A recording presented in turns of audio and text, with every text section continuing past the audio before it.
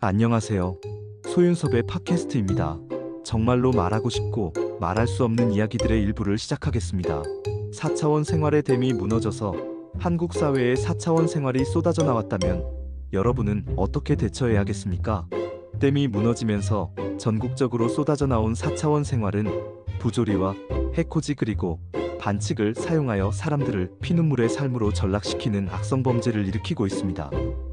4차원 생활은 피해자를 자살하게 만들거나 삶을 구렁텅이에 빠지도록 짓밟고 사건과 사고의 강력 범죄를 유발시키는 몹쓸 짓의 전형이지요. 4차원 생활의 댐이 무너지지 않았을 때는 그 안에서 4차원 생활의 악성 범죄가 일어나고 있었습니다. 그런데도 한국 사회의 법과 국가기관은 4차원 생활의 악성 범죄를 처벌하지 못하고 있었고 오늘날에도 말조차 하지 못하고 있지요. 왜 그럴까요? 4차원 생활은 범죄가 아니라 귀신과 조현병이기 때문에 그렇다고 합니다. 하지만 피해자의 신고와 고발이 없기 때문에 법과 국가기관도 어떻게 할 수 없다는 상황이 실질적인 현실이기도 하지요. 또한 보이지 않는 4차원 생활의 증거를 현장에서 또는 사건 발생 후에 제시하지 못하기 때문에 법과 국가기관의 처벌은 절대로 할 수 없다는 4차원 생활의 완전 범죄가 오랫동안 자행되었고 이용되고 있었지요. 피해자의 입장에서는 법과 국가기관도 보이지 않는 4차원 생활의 증거를 수집하기가 어렵다면 개인들은 증거 수집은 물론이거니와 신고와 고발은 생각조차도 할 수 없다는 것입니다. 그렇다면 4차원 생활의 홍수로 인하여 한국민이 어려워진 상황에서는 법과 국가기관이 불모지의 4차원 생활일지라도 발벗고 나서야 하지 않겠습니까? 인간의 범죄는 어떤 상황에서도 법과 국가기관이 처벌할 수 있는 법치주의가 실현되어야 합니다. 어쨌든 귀신과 조현병이라는 4차원 생활의 악성 범죄가 인간의 행위라는 것을 증명하는 것이 급선무이겠지요. 그렇다면 귀신과 조현병이라는 4차원 생활을 객관적으로 분석해보기로 하지요. 여러분은 4차원 생활을 귀신과 조현병으로 말하면서도 어쩔 수 없이 4차원 생활에 고개를 숙이거나 순응하고 동조하도록 확산시켰던 환경을 어떻게 생각하십니까? 이런 상황은 귀신이나 들리게 하거나 조현병자나 만들어 놓는 것이 아니고 무엇이겠습니까? 4차원 생활이 귀신과 조현병이라고 한다면 거부하거나 견뎌내라고 하는 것이 옳지 않겠습니까? 어떤 사람들은 이런 상황을 이렇게들 말하고 있지요. 당신 바보야. 4차원 생활을 귀신과 조현병이라고 말한다고 누가 그렇게 생각하고 살아가냐고 언성을 높입니다.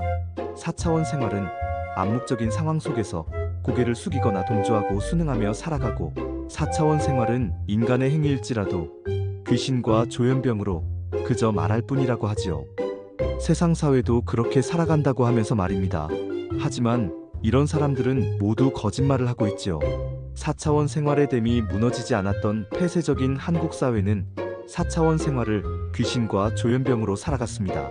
20세기의 한국 사회는 4차원 생활의 피해가 인간의 범죄였다는 것을 전혀 몰랐다는 것이지요. 물론 아주 소수는 인간이라는 것을 알 수 있었을지라도 4차원 생활의 환경 속에 있었던 거의 다수는 인간이라는 것은 꿈에서도 생각조차 할 수 없었습니다. 20세기의 한국 사회가 인간이었다는 것을 알고 있었다면 오늘날의 환경처럼 사회적인 확산은 그 당시에 일어났을 겁니다. 4차원 생활을 사용할 수 있는 4차원 생활자들이 오늘날처럼 함부로 사용하기 때문이죠. 20세기의 한국 사회는 4차원 생활을 사용할 수 있는 인간들도 귀신과 조현병으로 대부분 알고 있었기 때문에 오늘날처럼 함부로 사용할 수 없었다는 것입니다. 21세기의 오늘날은 4차원 생활의 진보와 보수의 카르텔과 사이비 종교단체들은 모든 구성원들에게 가르쳐 놓았다는 것이죠. 4차원 생활자이든 비사차원 생활자이든 4차원 생활을 사용할 수 있도록 고통과 분노로 전두엽을 망가뜨렸고 모두 함께 권력과 돈 그리고 출세와 생계를 차지하고자 사용하도록 하였습니다.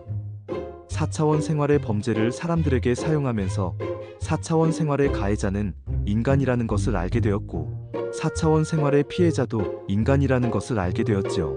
4차원 생활을 인간이라고 긴가민가 하다가 확신하는 상황은 오늘날처럼 4차원 생활이 사회적으로 일어날 때나 가능하다고 생각하지요.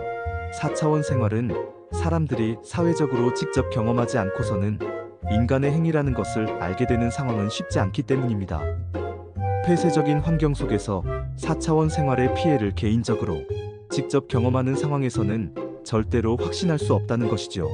개인적인 상황에서는 4차원 생활의 피해를 혼자서만 당하는 환경이기 때문에 인간으로 확인된다는 것은 어렵다는 것입니다.